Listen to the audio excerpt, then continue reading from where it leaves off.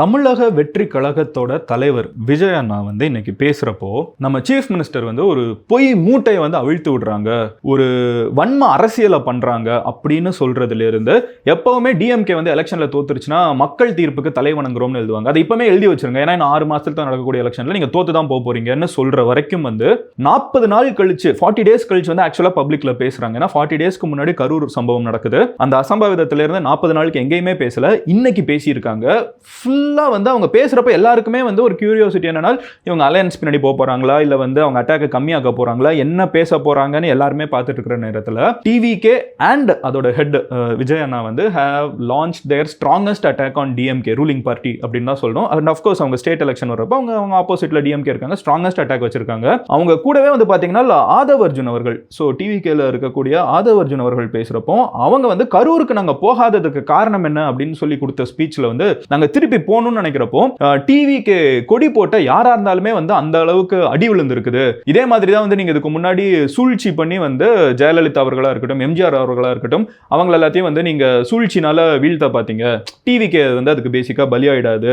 உங்களோட ஒரே nepo kids அப்படின்னு சொல்லி அன்பில் மகேஷ் அவர்களை அவங்க பேசுறாங்க, உதயநிதி ஸ்டாலின் அவர்களை பேசுறாங்க. அதே மாதிரி தமிழ்நாட்டில் ஒரே கோல் என்ன அப்படின்னு பார்த்தீங்கன்னா சிஎம்க்கு அவங்க பையனை பவருக்கு கொண்டு வரணும், அதுக்கு எதிரியா யாரும் இருந்துடக்கூடாதுன்னு நினைக்கிறது தான் அப்படின்னு சொல்ற வரைக்கும் ஒரு காட்டமான விமர்சனம். ஆக்சுவலா அவங்க கட்சி ஆரம்பிச்சதுல இருந்து இவ்வளோ ஒரு காட்டமான விமர்சனத்தை அவங்க கவர்மெண்ட் மேல வச்சதில்லை. இவங்க டைரக்டாவே பேரை சொல்லியே இவ்வளோ அட்டாக் பண்ண ஆரம்பிச்சிட்டாங்க. நல்லா ஞாபகம் இருக்குன்னா ஃபர்ஸ்ட் அந்த வீசாலையா அங்க நடந்தப்போ அவங்க பேர் கூட பெருசா சொல்லலை, அவங்க லைட்டா அப்படி இப்படின்னு தான் பேசியிருந்தாங்க. பட் இப்போ ஆஸ் 40 டேஸ் கழிச்சு பேசுறப்போ ஒரு ஸ்ட்ராங்கான அட்டாக்கை டிவிகே டிஎம்கே மேல வச்சிருக்காங்க. இதே மாதிரி நம்ம தமிழ்நாடுவோட அசம்பிளியில சீஃப் மினிஸ்டர் டிவிகேவோட மாநாட்டில் என்னென்ன பிரச்சனை நடந்துச்சு அப்படின்னு சொல்லி அவங்க பேசினாங்களோ அதை நம்ம அப்போ ஒரு வீடியோவா மேக் பண்ணியிருந்தோம். இப்போ டிவிகே சைட்ல இருந்து அதுக்கு ஒரு ரெஸ்பான்ஸ் நான் அஃபிஷியலாவே கொடுக்குறேன் அப்படின்னு சொல்லிட்டு தான் விஜய் அண்ணா பேசியிருக்காங்க. அதை நம்ம இப்போ பார்க்க ஆரம்பிப்போம், ஓகேவா? ஸோ அந்த வீடியோ நீங்க பார்க்கணும்னா நீங்க மதன் கௌரி கரூர் தமிழ்நாடு அசம்பிளி அப்படின்னு சர்ச் பண்ணீங்கன்னா உங்களுக்கு வந்துடும், ஓகேவா? சர்ச் டம்ல கண்டிப்பா வந்துடும். அண்ட் எனிவே இப்போ என்ன பேசியிருக்காங்கிறத பார்க்க ஆரம்பிப்போம். பட் அதை பார்க்க ஆரம்பிக்கிறதுக்கு முன்னாடி இந்த மாதிரி வேர்ல்டு ஃபுல்லா நடக்கக்கூடிய எல்லா முக்கியமான விஷயங்களையும் நீங்க டெய்லி 10 நிமிஷத்துல தெரிஞ்சுக்கணும் அப்படின்னு நினைச்சீங்கன்னா மதன் கௌரி சேனலை சப்ஸ்கிரைப் பண்ணி எம்ஜி ஸ்குவாட்ல சேருங்க. அப்போ தான் யூடியூபோட அல்கோரிதம் நெக்ஸ்ட் வீடியோ நான் போஸ்ட் பண்றப்போ உங்ககிட்ட நாளைக்கு கரெக்டாக காமிக்கும். இப்போ என்ன நடந்துச்சு அப்படிங்கிறத நான் உங்ககிட்ட எக்ஸ்பிளைன் பண்ண ஆரம்பிக்கிறேன். ஹலோ எவ்ரிவான், நான் Madan Gowri and hello my dear MG squad.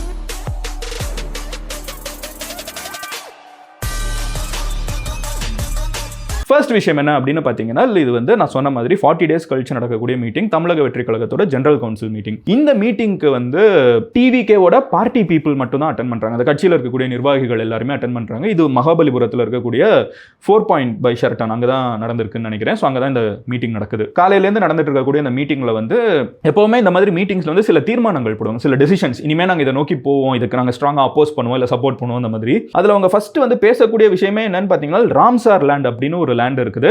Wetland பேசிக்கா தமிழ்நாட்டில் இருக்கக்கூடிய ஒரு இக்கோலாஜிக்கலா சென்சிட்டிவான ஒரு லேண்ட் பள்ளிக்கரணையில் இருக்குது. நம்ம எல்லாருமே தாண்டி போறப்ப சென்னையில் அந்த பெரிய ஸ்ட்ரெச்ல பார்த்துருப்போம், அந்த இடமே ஒரு வெட்லேண்ட் மாதிரி இருக்கும். அந்த இடத்த இந்த கவர்மெண்ட் ஒரு பிரைவேட் கம்பெனிக்கு கன்ஸ்ட்ரக்ஷனுக்கு கொடுத்துருக்காங்க.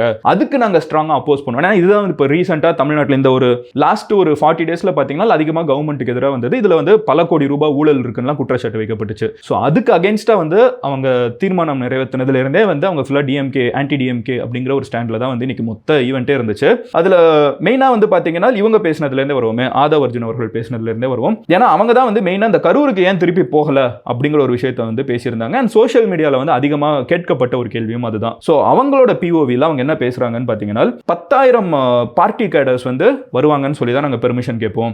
மக்கள் எத்தனை பேர் வருவாங்கிறத போலீஸ் பார்க்கணும். அண்ட் போலீஸ்க்கு தெரியாதா எத்தனை பேர் வருவாங்கன்னு? நாங்க இதுக்கு முன்னாடி 2-3 இடத்துக்கு போயிட்டு வந்திருக்கோம். நீங்க டிவியில பார்த்துட்டு இருக்கீங்க, லைவா என்ன நடந்துட்டு இருக்குது, போலீஸ் கிரவுண்ட்லயும் இருக்காங்க. அப்ப இத்தனை பேர் இருந்து அதை விட கூட்டம் அதிகமா வருது அப்படிங்கிறது போலீஸ்க்கு எப்படி தெரியாம இருக்குது? உங்களுக்கு 41 பேர் இழந்தது நாங்க டிவிக்கே தான் இழந்திருக்கோம். அண்ட் இதுக்கு அந்த டிவிகேவோட ஹெட் கரூர்ல இருக்கிறவங்க பொறுப்பானா அப்ப அந்த போலீஸ் பொறுப்பு இல்லையா இல்ல சீஃப் மினிஸ்டர் பொறுப்பு இல்லையா அப்படின்னு சொல்லி கேள்வி ரைஸ் பண்றாங்க.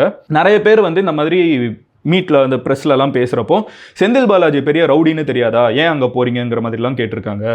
6 மாதம் கழிச்சு தெரியும் ரவுடி யாருன்னு, ஏன்னா நாங்கள் வந்து அதிகாரத்துக்கு வந்துடுவோம் அப்படின்னு சொல்லி அதையும் அட்ரஸ் பண்ணியிருக்காங்க. அது பேசிக்காக வந்து இதெல்லாம் வந்து டிஎம்கே அட்டாக் அப்படின்னு நம்ம பார்த்துடலாம். அதுக்கப்புறம் 2 கிலோமீட்டருக்கு வந்து எங்கேயுமே இல்லாத அளவுக்கு கரூருக்கு வந்து எங்களை போலீஸ் வந்து ஈஸியாக கூப்பிட்டு போனாங்க. வேறு எங்கேயுமே போலீஸ் வந்து எங்களை அவ்வளோ ஈஸியாக கூப்பிட்டு போகல, கரூரில் வந்து அவங்களே அப்படி கூப்பிட்டு போனாங்க, உங்களை நாங்கள் நம்பினோம். அண்ட் அதனால தான் தமிழக வெற்றி கழகத்தோட தலைவர் வந்து பேசுறதுக்கு முன்னாடி வந்து நன்றி வேற சொன்னாங்க போலீஸுக்கு. இந்த அசம்பாவிதம் நடந்துருச்சு அப்படின்னு தெரிஞ்ச உடனே நாங்கள்லாம் வந்து கரூருக்கு வெளியில இருந்தோம், மறுபடியும் உள்ள போகலாம்னு நினைச்சோம். அப்படி போகலான்னு நினைக்கிறப்போ தான் சொன்னாங்க, நீங்க உள்ள வந்தீங்கன்னா இந்த தமிழக வெற்றி கழகத்தோட கொடி யார் வச்சிருந்தா கூட அவங்க மேல அவ்வளோ அடி விழுதுன்னு. சரி, நாங்கள் ஒரு 500 பேரை உள்ள வரலாம் அப்படின்னு யோசிச்சா மறுபடியும் கலவரத்துக்கு நீங்க தான் காரணம் அப்படின்னு சொல்லுவாங்க.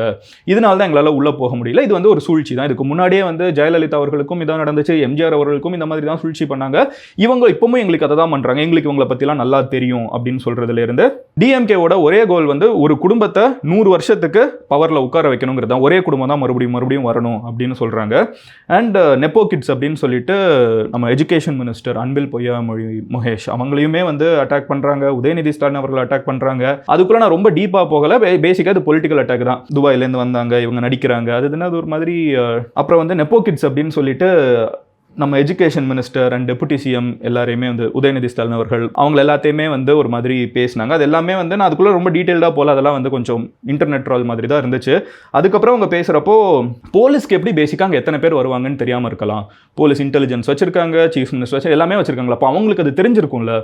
நாங்கள் வந்து இடம் கேட்குறப்போலாம் நாங்கள் வந்து பெருசாக ஒரு இடம் கேட்டோம், நீங்கள் வந்து மறுபடியும் அந்த ஓரமாக ஊருக்கு வெளியில் இருக்கணும் அப்படின்னு சொல்லிட்டு ஒரு நேரோவான ஸ்ட்ரீட்டை தரீங்க, எங்களுக்கு அந்த மெயினாக ரவுண்டானா கொடுத்துருந்தீங்கன்னா இதெல்லாம் நடந்திருக்காதுங்கிற ஸ்பீச்சை தான் வந்து ஆதவ் அர்ஜுன் அவர்கள் வந்து கொடுத்துருந்தாங்க. அதில் தான் வந்து அவங்க என்ன சொல்கிறாங்கன்னு முடிக்கிறப்போ சீஃப் மினிஸ்டரோட ஒரே கோல் வந்து அவங்க பையனை வந்து சீஃப் மினிஸ்டர் ஆக்கணும், அதுக்கு எதிரியாக யாருமே இருந்துடக்கூடாது, அதுதான் வந்து அவங்களோட ஒரே கோல் அப்படின்னு சொல்லிட்டு இது எல்லாத்தையும் மீறி தமிழக வெற்றி கழகம் ஜெயிச்சிரும் அப்படின்னு சொல்லிட்டு அவங்க பேசி முடிக்கிறாங்க. அதுக்கு முன்னாடி வந்து பேசின எல்லாருமே இதே டோனில் தான் பேசினாங்க. பட் இதுதான் இருக்கிறதுலே காட்டமான விமர்சனமாக இருந்துச்சு. அண்ட் கரூருக்கு ஏன் வரலங்கிறத மெயின் அட்ரஸ் பண்ணுச்சு, அதுதான் நான் சொல்கிறேன். அதுக்கு அடுத்து என்னன்னு பார்த்தீங்கன்னா விஜய் அண்ணா வந்து பேச வராங்க ஸ்டேஜுக்கு. அண்ட் இதை வந்து நிறைய பேர் லாஸ்ட் ஒரு 30-40 டேஸில் வந்து அகைன் இதை நான் மறுபடியும் சொல்லாமல் இருந்தேன், இந்த டிஸ்க்ளைமர் போடாமல் இருந்தேன். ஸோ நிறைய பேர் என்கிட்ட மறுபடியும் வந்து மதன் என்ன எல்லாரையும் பேசுகிறப்போ அவர்கள் இவர்கள்னு பேசிட்டு மறுபடியும் விஜய் அண்ணா அப்படின்னு சொல்கிற அப்படின்னு சொல்லி கேட்டீங்க. நான் மறுபடியும் சொல்கிறேன், இந்த சேனலில் ஒரு 6 இயர்ஸ்க்கு முன்னாடி இருக்கிற வீடியோ கூட போய் பாருங்க.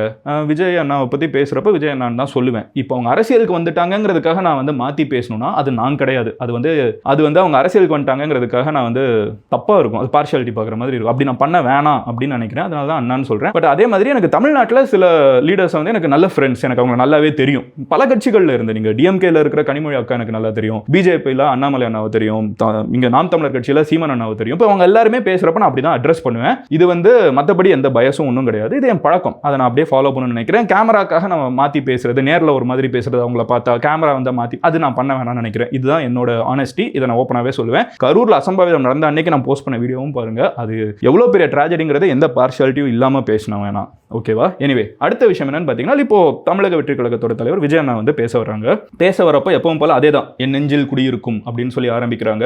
அண்ட் இவ்வளோ நாள் சைலன்ஸ் வந்து நாங்கள் ஏன் இருந்தோம், ஏன் இந்த 40 days சைலன்ஸ் நாங்கள் ஏன் பெருசாக பார்க்கலன்னு பார்த்தீங்கன்னா, எங்கள் ஃபேமிலியில் இருக்கிற ரிலேட்டிவ்ஸை நாங்கள் இழந்திருக்கிற வழியில தான் இருந்தோம். ஸோ தமிழக வெற்றி கழகம் எங்களை பார்க்க வந்தவங்க, எங்கள் கட்சியில் இருக்கிறவங்களை வந்து நாங்கள் இழந்துட்டோங்கிற ஒரு துக்கத்தில் இருந்தோம் அப்படின்னு சொல்லிட்டு இந்த ஒரு பீரியட் ஆஃப் சைலன்ஸில் நாங்கள் பேசலாங்கிறதுனால அந்த நேரத்தில் கம்ப்ளீட்டாக ஒரு வன்ம அரசியலையும் ஃபேக் நரேட்டிவ்ஸையுமே வந்து டிஎம்கேவும் உங்களுக்கு ஜால்ரா அடிக்கிறவங்களும் செட் பண்ணியிருக்காங்க.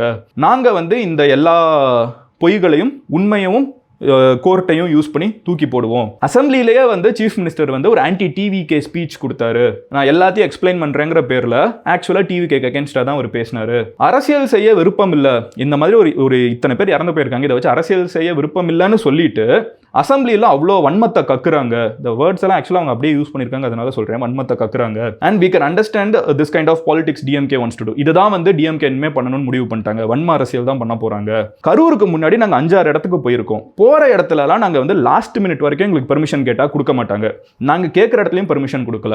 நாங்கள் எப்போ பெர்மிஷன் கேட்டாலும் பெரிய இடம் தாங்கன்னு சொல்லி கேட்போம். லாஸ்ட் மினிட்ல ஒரு இடத்த தராங்க, அந்த இடமும் ரொம்ப ஸ்மாலாக டைட்டாக இருக்கக்கூடிய ஒரு இடம். அங்கே வந்து பிரச்சனை வரணுங்கிறதுக்காகவே நீங்கள் பண்ணியிருக்கீங்களான்னு ஆல்ரெடி நான் பேசின மாதிரி அதே தான், அந்த மாதிரி இடத்த தான் அவங்க கொடுத்துட்டு இருந்தாங்க. அண்ட் அதே மாதிரி என்ன சொல்றாங்கன்னா, யாருக்குமே இந்தியாவில் இருக்கிற எந்த தலைவருக்குமே இல்லாத ரூல்ஸ் வந்து எனக்கு போட்டாங்க. நான் வந்து பஸ்ஸுக்கு மேலே ஏறி பஸ் போறப்ப யாரையும் பாத்திரக்கூடாது, பஸ் போகிறப்போ உள்ளே தான் உட்கார்ந்துட்டு இருக்கணும், அதுல கை மட்டும் தான் தூக்கணுங்கிற அளவுக்கு வந்து ரூல்ஸ்.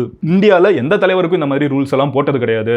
இந்த பிரச்சனைகள் எல்லாம் பத்தி, அதாவது எங்களுக்கு வந்து ஒழுங்கான இடம் கிடைக்கல, எங்களுக்கு ஒழுங்கான பெர்மிஷன் கொடுக்க மாட்டேங்கிறாங்கிறத பத்தி நாங்க கோர்ட்லயும் கேஸ் போட்டிருக்கோம். இதை பத்தி நாங்க இந்த அசம்பாவிதம் நடக்கிறதுக்கு முன்னாடியே ஒரு அறிக்கை விட்டுருக்கோம் அப்படின்னு சொல்லி அவங்க சொல்றாங்க. பேசிக்கா அவங்களோட பாயிண்ட் என்னன்னா, இந்த இடம் எங்களுக்கு கொடுத்ததுலே பிரச்சனை இருக்குது அப்படிங்கறதா வந்து விஜய் அண்ணாவோட பிஓவியா இருக்குது. அதுக்கு அடுத்து என்ன சொல்றாங்கன்னா, சீஃப் மினிஸ்டர் வந்து டைரக்டா அட்டாக் பண்றப்போ அவங்க என்ன சொல்றாங்கன்னா, அவங்களுக்கு நேர்மை கிடையாது, அரசியல் காழ்ப்புணர்ச்சி தான் இருக்குது, அதே மாதிரி குறுகிய மனம் கொண்ட ஸ்மால் ஹார்ட்டட் அப்படிமா குறுகிய மனம் கொண்ட சிஎம் பொய் மூட்டையை வந்து அவிழ்த்து விடுறாங்க அசம்பிளில அப்படின்னு சொல்லிட்டு, நீங்க வந்து இவ்வளோ பண்ணாலும் உங்களால சுப்ரீம் கோர்ட்ல அவ்வளோ காசு கொடுத்து கூப்பிட்டு வந்து அட்வொகேட்ஸை வச்சுட்டு உங்களால ஆர்கியூ கூட பண்ண முடியல அப்படிங்கிறாங்க. அண்ட் இதெல்லாம் போக எதுக்கு அவசரமா என்கொயரி வச்சிங்க, அவ்வளோ அவசரமா என்கொயரி நீங்க வச்சிங்க, சரி ஓகே என்கொயரி கமிஷன் போட்டீங்க, அதுக்கப்புறம் பிரஸ் மீட் வேற வச்சிங்கல்ல, எதுக்கு அப்படின்னு கேட்டுட்டு இதுக்கெல்லாம் பதில் வந்து சுப்ரீம் கோர்ட் மூலமா நான் பதில் சொல்றேன் அப்படின்னு சொல்லிட்டு சுப்ரீம் கோர்ட் சொன்ன சில பாயிண்ட்ஸ் மறுபடியும் ரிப்பீட் பண்றாங்க. இந்த போலீஸ் ஆஃபீஸர்ஸ் எல்லாருமே வந்து கொடுத்த பிரஸ் மீட் வந்து மக்களுக்கு இந்த இன்வெஸ்டிகேஷன் நியாயமா நடக்குமாங்கிற சந்தேகத்தை ஏற்படுத்திருச்சு அப்படின்னு சொல்லி சுப்ரீம் கோர்ட்